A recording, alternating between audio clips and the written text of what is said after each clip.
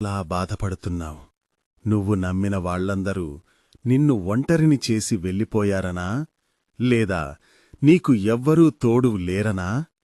ఏది జరిగినా నీ మంచికే జరుగుతుంది. నువ్వు అలా బాధపడుతూ కూర్చుంటూ నీ జీవిత ఆశయాన్ని మరిచిపోకు. నీ జీవితంలోకి ఎంతోమంది వస్తుంటారు, పోతుంటారు. కాని నీతో ఎవ్వరూ శాశ్వతంగా ఉండరు. ఈ బంధాలు, బంధుత్వాలు, ప్రేమలు, ఆప్యాయతలు ఇవేవీ శాశ్వతం కాదు. నీకు నువ్వే శాశ్వతం. నువ్వు బాధలో ఉన్నా, కష్టాల్లో ఉన్నా, దుఃఖంలో ఉన్నా నేనున్నాను అని ఎవ్వరూ ధైర్యం చెప్పరు.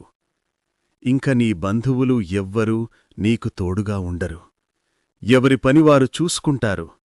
నువ్వు సంతోషంగా ఉండాలంటే నువ్వు ఎవ్వరి గురించి ఆలోచించొద్దు.